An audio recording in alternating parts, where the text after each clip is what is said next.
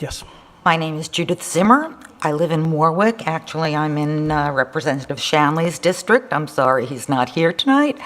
I appreciate the opportunity to express my views today regarding 7340 and want you to know that I am proudly pro-choice and have been for 50 years. Every day, the urgency of passing this bill becomes more apparent and more critical. Every day, we see the federal government and various state governments do their best to erode women's reproductive rights. For too long, we've been told that we can wait and that Roe won't be overturned anytime soon, but each day we are coming closer to that precipice. The current president and vice president have made their anti-choice, anti-woman opinions abundantly clear, with the vice president saying as recently as last month that he expects Roe to be overturned in his lifetime. If, as some predict, Mr. Justice Kennedy retires this summer, the path is cleared for Donald Trump to appoint an extremist to the Supreme Court. There is no reason that Rhode Island shouldn't be proactive rather than scramble if the worst happened. Despite some saying it can't happen, there is precedent for Supreme Court decisions to be overturned. Highly unlikely is not the same as impossible. Simply put, what this bill does is affirm Roe and remove obsolete and unconstitutional laws currently on the books. It is most certainly not extreme and most certainly will benefit women in Rhode Island. We can't wait, and we won't be patronized by being told not to worry. The fact is we are worried, and no words or assurances will change that. Only passage of 7340 will.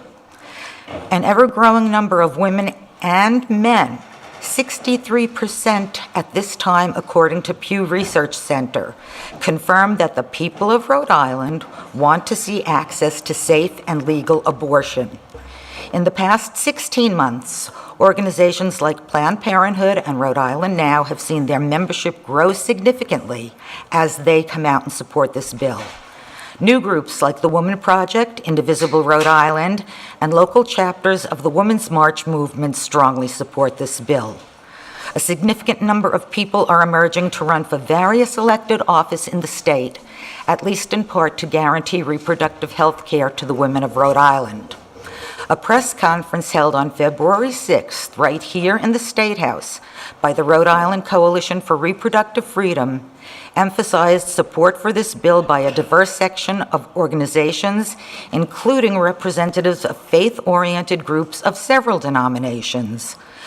Women mustn't have their reproductive choices dictated by a minority. Women mustn't be lectured by men who aren't medical professionals. Women mustn't be dictated to by opinion, particularly uninformed opinion and scientifically proven distortions and fear-mongering. It's not what women want. We insist on reproductive emancipation. I remind you that reproductive health care is simply part of health care. They're not separate entities. I remind you that a particular theology is not the means by which the state is run. I remind you can I just ask you a question about that? But earlier in your testimony, you made you were happy that you were joined by religious faith leaders. Yes, but they are not trying to run the state. They are not. They were speaking in support of women's reproductive rights, not any particular law. Okay, so just so I understand, some religion good, some religion bad. No. Oh. No, sir, you are misunderstanding me completely. What I am saying is, and I was at the February 6th meeting, I don't know if you were. I'm just trying to understand. That's I'm trying to why explain. some is good and some is bad. No. Some religious viewpoints are good and some religious viewpoints are bad. Absolutely not, sir. Okay, You're I'm putting just trying to words in my understand. mouth. You're putting words in my No, mouth. I'm not. No, I'm just trying to understand the distinction. They emphasized there was support by a diverse section of organizations, including representatives of faith-oriented groups. They were not dictating. They supported the bill. Whereas there are entities in the state, it's not about supporting this bill, it's about banning abortion. They will be the first ones to tell you, and throughout testimony of some of my respected opponents, they weren't referring to the bill, they were referring to cutting off abortion. That's not the point of the bill that's before you today. I guess my point is simply that you can have, and we've seen it here today, people of various faiths have various opinions on this issue. So if we're going to say that this is the State House and a religious position shouldn't be put forth, doesn't that apply to both sides? Absolutely. But does it mean support for the bill or coming here and saying not only do they oppose the bill, they want to see no abortions allowed? In other words, they don't want to even have Rhode Islanders covered by the federal law, Roe v. Wade. Okay. Please continue. Thank you. I also remind you that since women of color and economically disadvantaged women have the most to lose, access to safe and legal abortion is critical for marginalized women.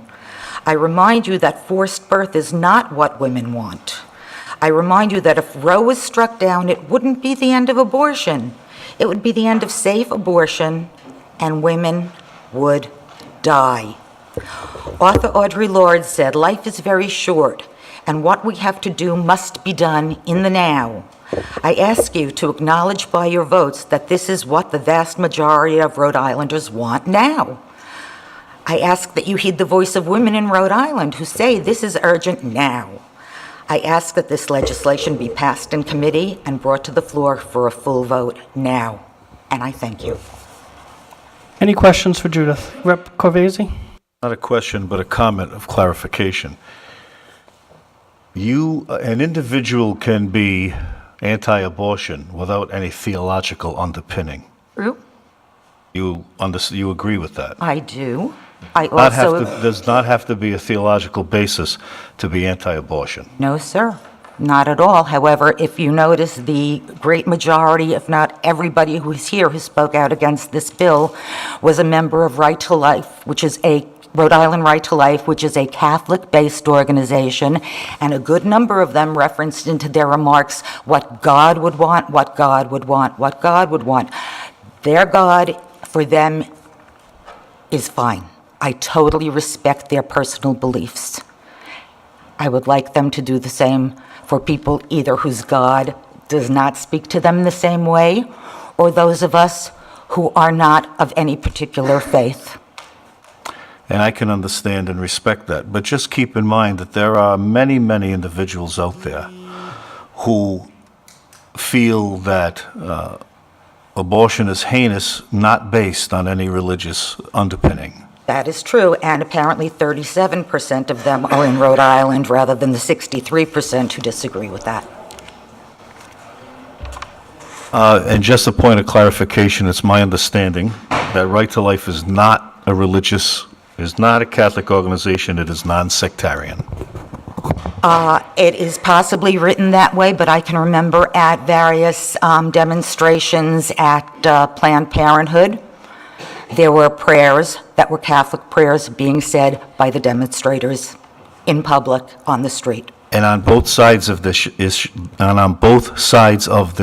there are allies from different organizations. Absolutely, there are Catholics for choice as well. So there are secular allies and there are religious allies on both sides of the issue.